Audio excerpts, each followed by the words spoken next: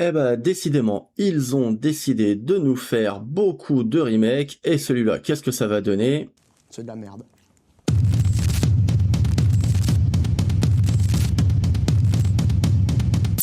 Salut tout le monde, c'est Shadow, bienvenue sur cette première vidéo sur Shadow Geek qui va parler de cinéma. Et pour cette première vidéo, on va parler d'une news où là je suis resté sur le cul en regardant ça ce matin, l'annonce qu'on va avoir un remake à Basic Instinct. Alors vous vous en doutez, je suis assez surpris par cette annonce, mais bon, avec le cinéma actuel, j'en ai déjà parlé sur ma chaîne Shadow Cinéma. Si d'ailleurs tu n'es pas abonné à la chaîne, tu peux le faire en cliquant juste ici. Et n'oublie pas d'ailleurs de t'abonner à la chaîne Shadow Geek, ça aide beaucoup l'algorithme à référencer la chaîne. Je viens juste de la lancer, pour toi c'est gratuit et pour moi ça me permet de continuer à faire développer la chaîne. Merci beaucoup et on commence tout de suite avec la news. Donc c'est sur le site Écran Large que j'apprends que le remake de Basic Instinct va ramener ce personnage culte, et c'est même pas le pire dans l'histoire. Ouais, je confirme. Parce que qu'est-ce que nous dit cet article? Le reboot de Basic Instinct se prépare et le scénariste confirme qu'il a prévu de ramener ce personnage inévitable parmi d'autres mauvaises idées.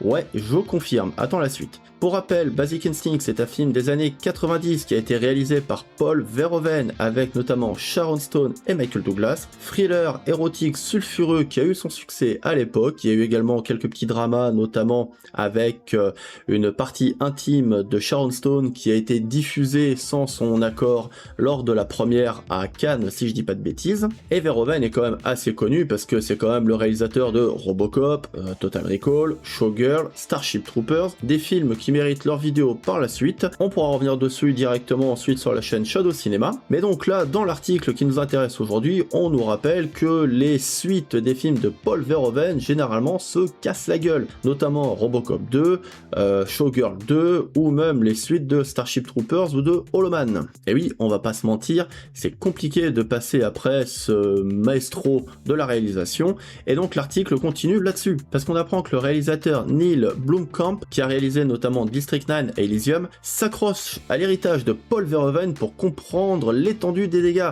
parce qu'en 2018, il devait déjà se charger de Robocop Returns, qui était un projet de suite qui était directement lié au premier Robocop, et qui a été abandonné en 2019. On a également eu un remake prévu de Starship Troopers qui est censé être plus fidèle au livre de Robert Heinlein, et franchement, comme le dit l'article, on a le droit d'avoir peur, parce que ça va être compliqué de passer après celui de Verhoeven. On a également eu une suite à Basic Instinct en 2006, Basic Instinct 2, qui n'a pas servi de leçon donc au studio Amazon MGM, puisque c'est ce studio qui a toujours les droits et qui est en train de bosser sur le reboot remake. Et donc on vient d'apprendre que le studio nous annonce un remake du film culte qui est normalement avec Sharon Stone et Michael Douglas, comme je vous le disais. Le scénariste d'origine, Joe Estergas, je sais pas si j'ai bien prononcé, Esterhas, bref, n'a pas vraiment des idées rassurantes d'ailleurs pour ce remake, puisque la carrière de ce scénariste, c'est quand même un cas d'école qui peut être résumé à quelques films comme le dit l'article. Déjà, le premier film c'est Flashdance, qu'il a coécrit avec Tom Eldley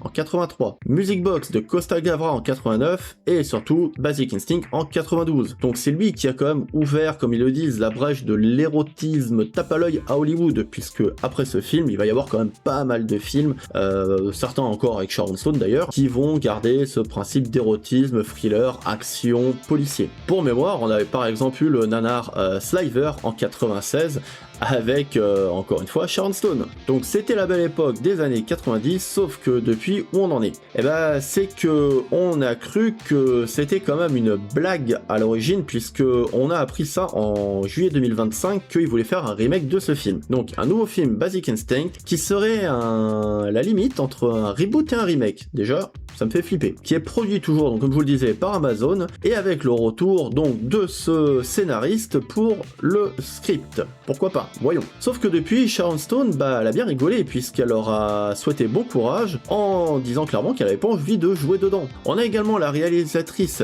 Emerald Fennell qui a produit et réalisé Promising Young Woman et Hurlevent, qui a démenti toute implication, alors que le scénariste lui-même avait dit qu'elle était sur le coup. Donc déjà, on commence encore à rigoler un petit peu. Qu'est-ce qui se passe? On nous annonce un film. D'un autre côté, on a le studio qui dit ouais on le fait. On a le scénariste d'origine qui dit c'est telle réalisatrice qui est sur le projet et elle qui dit ah non moi j'ai rien à voir dans l'histoire. Bon, c'est un petit peu particulier. Qu'est-ce que nous dit d'autre avec l'article? Que dans un entretien accordé à Interview Magazine, le scénariste a confirmé que ce Basic Instinct était toujours sur les rails avec quelques miettes intéressantes. Il nous donne des éléments sur le script et attention, moi ça me fait flipper. La première info, ce serait que c'est absolument pas son idée, mais c'est le studio Amazon MGM qui a voulu lancer le projet. Ah, ok. Et il dit donc ils sont venus me voir et ils m'ont demandé est-ce que tu as des idées pour faire un reboot, un remake? J'ai répondu oui, j'ai vraiment parlé des bases. Ok, très bien, t'as quelques idées. Bon, ça fait un pitch, pourquoi pas, ça veut pas dire que ça peut être mauvais. Deuxième chose intéressante, le personnage de Catherine Tramwell sera bien de retour et pas toute seule.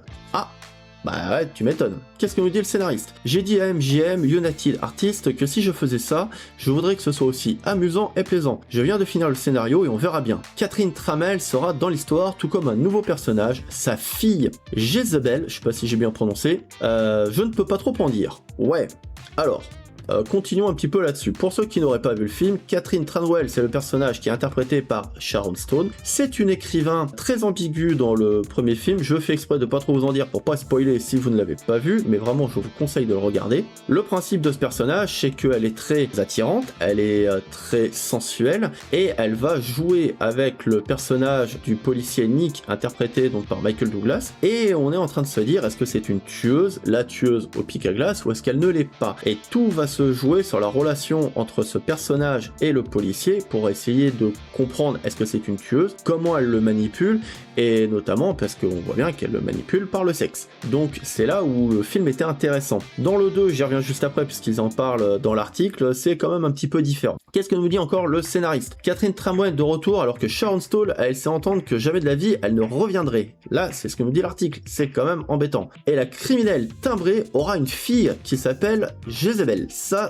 me fait flipper aussi, parce que déjà dans le premier, à aucun moment on se rend compte que c'est une personne en capacité d'avoir des enfants, c'est quand même très bizarre. Dans le 2, c'est pareil, il n'y a pas d'enfant de prévu, en plus elle était pas très jeune déjà au moment où elle a tourné le deuxième film, donc vraiment on se dit d'où sort cet enfant.